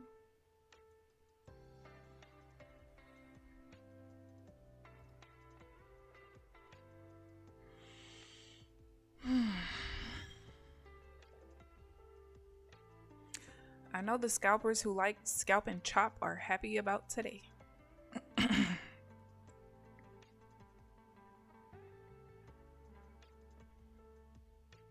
I can't wait to get into my trade journal when I start writing down the couple of trades that I did take. I always make sure I also write down any trades that I missed or just didn't take because I sat out of it or whatever. I'm very curious to see how many trades I ended up sitting out of that were valid or just completely missing.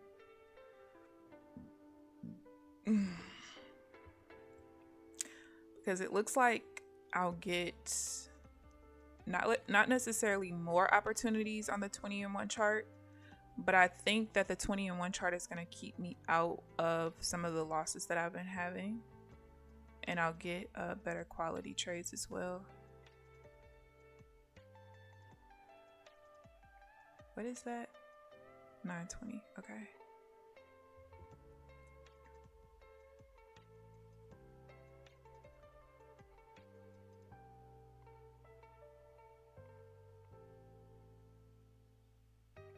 There's a bond auction this afternoon that will move the market. That doesn't help me. I'm gonna be gone. I'm gonna be gone. You know what? I wonder why Forex Factory and FairEconomy.media don't show some of those bond auctions that happen in the afternoon. I know that they show on investing.com. The only reason why I don't use investing.com is because typically whatever news events that are showing there that are not on Forex Factory or Fair Economy are in the afternoon when I don't trade anyway. And also I don't particularly like how they categorize the news events because I sit out of the news events based on whether it's low impact, medium, and high. Like I have certain parameters for those. So like for instance with high impact, 7 minutes before the news event I stop trading overall and I don't start trading again until 2 minutes after. But low impact I stop a minute before, restart a minute after. Medium, stop a minute before, restart 2 minutes after. So because investing.com categorizes it way different, they have a lot of news events that they'll categorize as high impact that for me, when I see the price action is not really high impact. And so that's why I stick with Forex Factory and Fair Economy.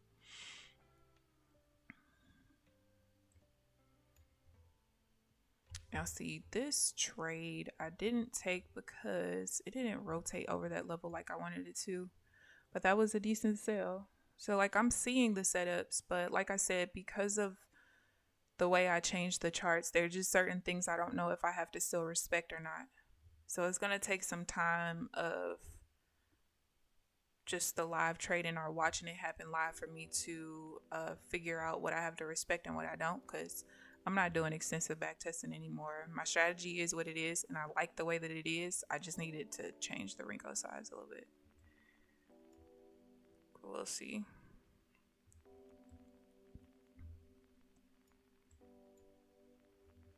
Or maybe, I wonder if it's...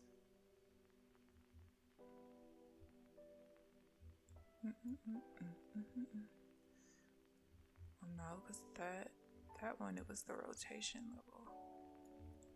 So we'll see. I'm not in a rush to get where I want to be. You got your 50K back to 52.5. Still haven't traded my 25K since okay. Okay. And that's the eval, right? Not the PA? Or was it the PA and now you're close to payout? I don't remember. So I have really bad memory. If it didn't happen today or yesterday, I probably forgot. Why haven't you traded your 25K since last week? Are you kind of like me where you're like using your 50K to like test the waters to make sure you got things where you want it to be so you could trade the 25K again? Because I'm not going to lie, that extra $1,000 in drawdown on that 50K definitely helps. But I just know that long term, I'm probably going to have more 25Ks than anything. Because once I get over the hurdle of just, you know, getting my strategy where I want it to be, then I shouldn't have a problem with the 25K accounts. But while I'm in this testing phase, I definitely do. Eval. Okay, so you're $500 away. Nice. What did you do you remember what you started the week at? Like, what's your profit for the week on it? And how much trailing drawdown do you have left? Hopefully the whole 2,500, since you're close to 53,000. But you never know. You never know with people.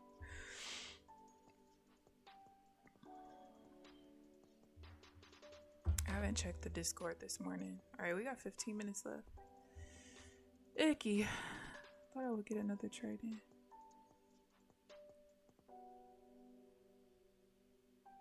This guy's he says he's fully automated.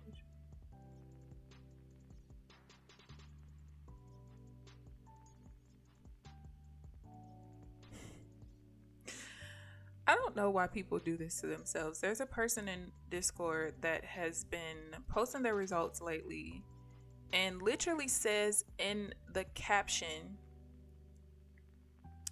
that the strategy they follow is fully automated strategy, in parentheses, untouched, developed by myself. The results represent the result per account.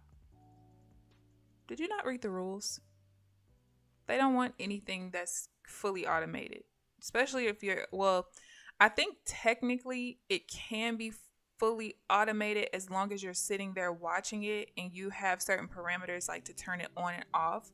But if it's literally running 24/7, absolutely not. But why would you do that? Just knowing that that's like a gray area, you are crazy. But I think it's because he's probably trying to sell the Autobot more than likely, like just low-key, hot-key trying to sell it. And I think that's why he just did it anyway.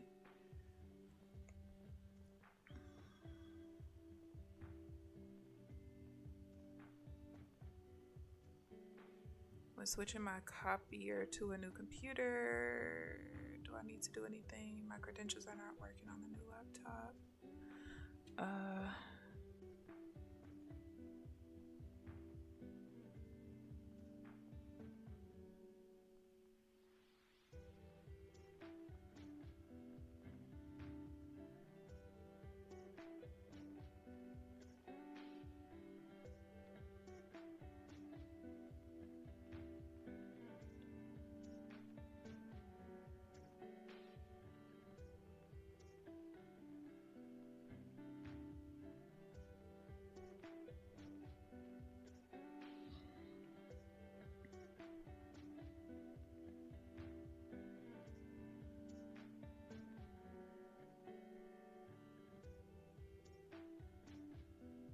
1, 2, 3, 4.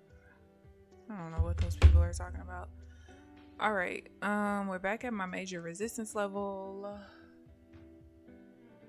Drawdown too small for me. I don't even know why I got Full drawdown on both and back to a small green week on 50K. Perfect. Good, good, good. Glad to hear that. You said that drawdown is too small on that 25K. Leaving the range. Hopefully it can hold. Let's hope. Let's hope. The only good thing about when it trades in the range is I could typically still get setups, but it's still annoying. Who is that? Oh, they're posted on my other YouTube channel. It's so crazy. I still get people interacting on my old YouTube channel. I have not posted a video in like 7 months, and I probably didn't even post more than like 4 videos last year. I'm just over that channel. Over it. All right, we're going to create a new session high, maybe? Like 2 ticks away from doing so.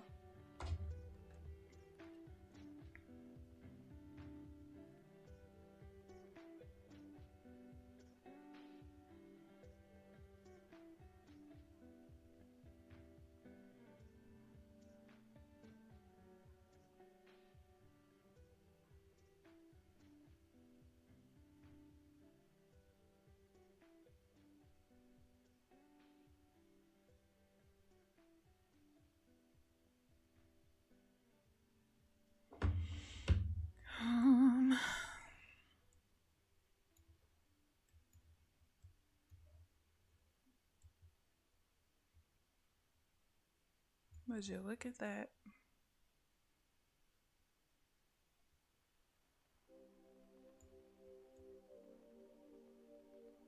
What level is that?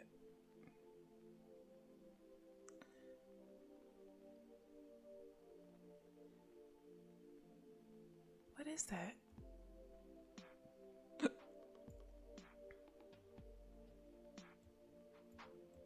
Something is off. Oh, no, it's not. I'm lying. Okay, so that was just... Okay, cool. I was a little confused at first. 1509. We literally, at the bottom, bounced off of my major level and just took off. My major level was at 704.25. Like, oh, it was further down than that. This was literally my major level right here. We just took off from there.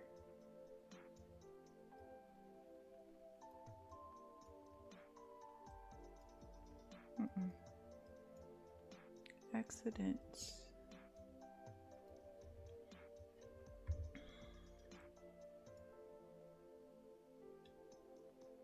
If it pushes out of the range and holds it after I am off of the charts, I'm gonna be mad. So I hope it go back in the range for everybody that's continuing to trade. No, I'm just kidding. 1509. I'm pretty certain I'm not gonna be able to take another trade, even if this comes back and gives me a retracement. It's kind of way too much volume at the bottom, but if we can overtake it, I will get in. We'll see.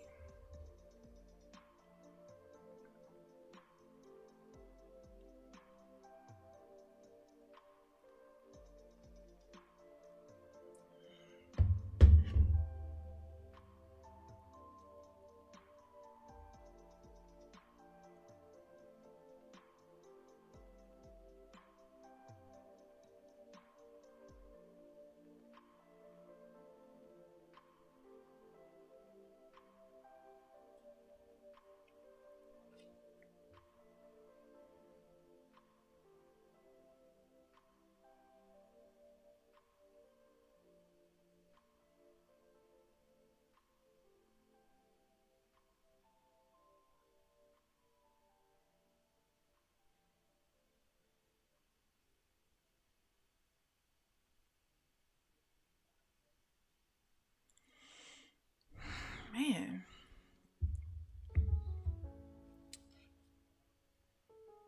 Today was not a bad day though, I'm not gonna lie.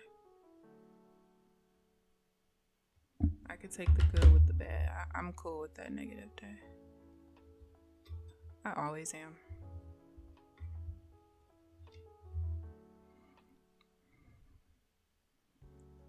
I have to use the bathroom, but I'm trying to just hold it for the next 7 minutes since I'm not going to be on the charts after that. So I'm going to be mad if I get another setup while I'm in the bathroom.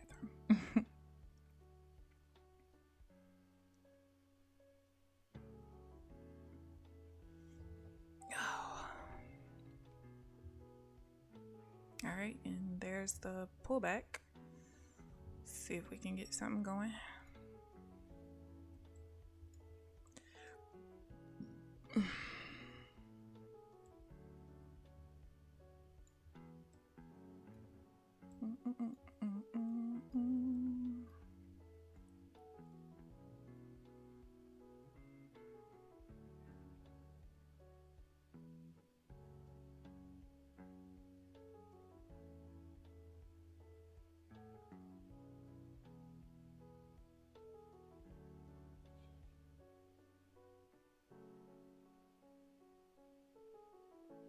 I need to see how many orders do they have to ship today.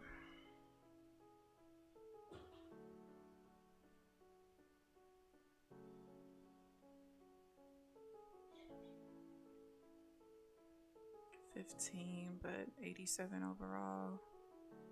Jeez.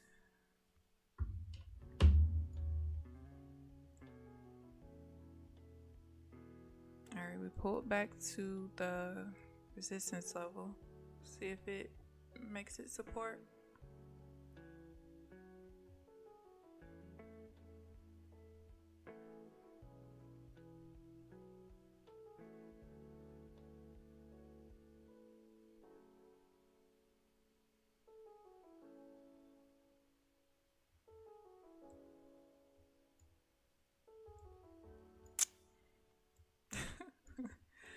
This is comedy. All right, we just pulled back to my major level and I don't take trades there after 10 o'clock.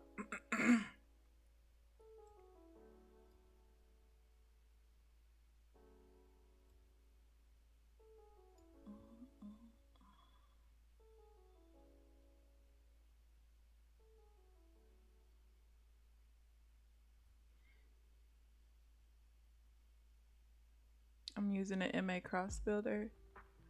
Looks likely to continue to at least 52, then 7, 7, 8. We got to 52. No, I'm not using the MA cross builder. What you hear is just I have an alert for the reversal bar, the Rinko reversal bar. So whenever it's a reversal bar, that's the ding dong sound.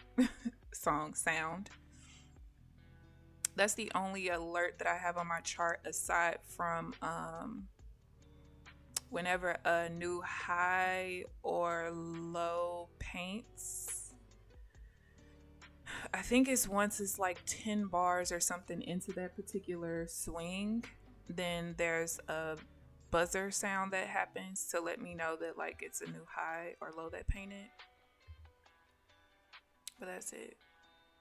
I used to use moving averages. I used to use EMAs and also SMAs.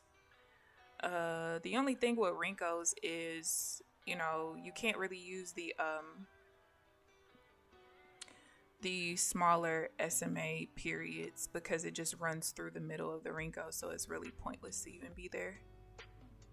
But I've traded with an 8 or 9, a 13, 21, 50, 100, 200, basically the popular ones. All right, this is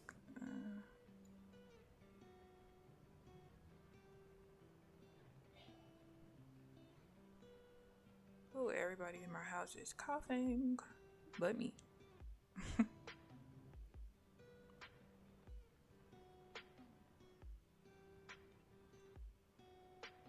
But I definitely used to use that MA cross builder when I actually, there was one that I think I got out of the ecosystem that I not only used to make a sound, but it would like color the bar gold, and I loved that.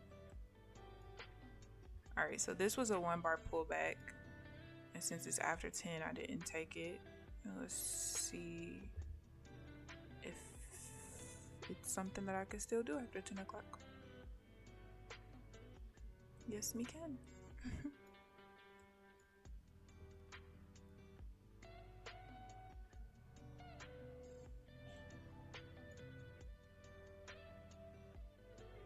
Yeah, I think since these are like for real 1 bar pullbacks, like I said on my 20 and 2 chart, some of the 1 bar pullbacks were not 1 bar pullbacks when you do a 20 and 1.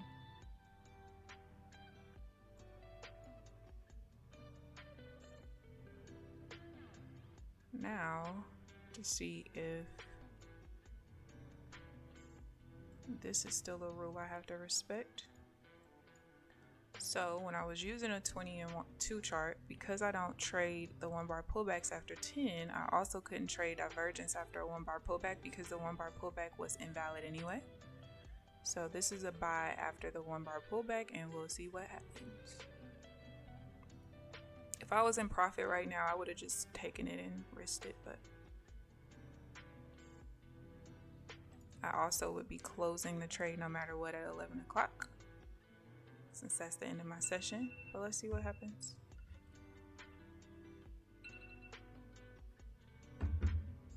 And there's the win. So that's good to know. I probably, even though I'm not in the mood to do full-blown back testing, what I'm probably gonna do is just go through probably like all of January. Right now, all the trades that happen on the 20 and 1 chart, just January, and I probably won't even get through all of January just to see what rules I still have to respect and which ones I don't. Today was a good trading session despite being negative, only because I called out most of the trades on the screen as they were happening, so you guys can see that there were trades that I definitely could have taken. But once I get comfortable with what rules I have to keep and what ones I don't have to keep anymore with the new Renko size, I'll be taking a lot more trades, probably by tomorrow, to be honest with you. I'm still on Evals, so I am cool with losing them.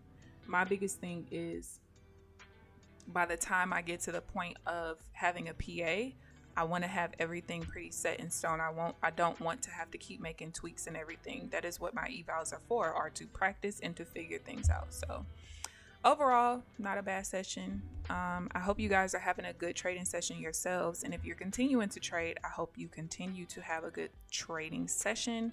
I will put out a daily update video tonight.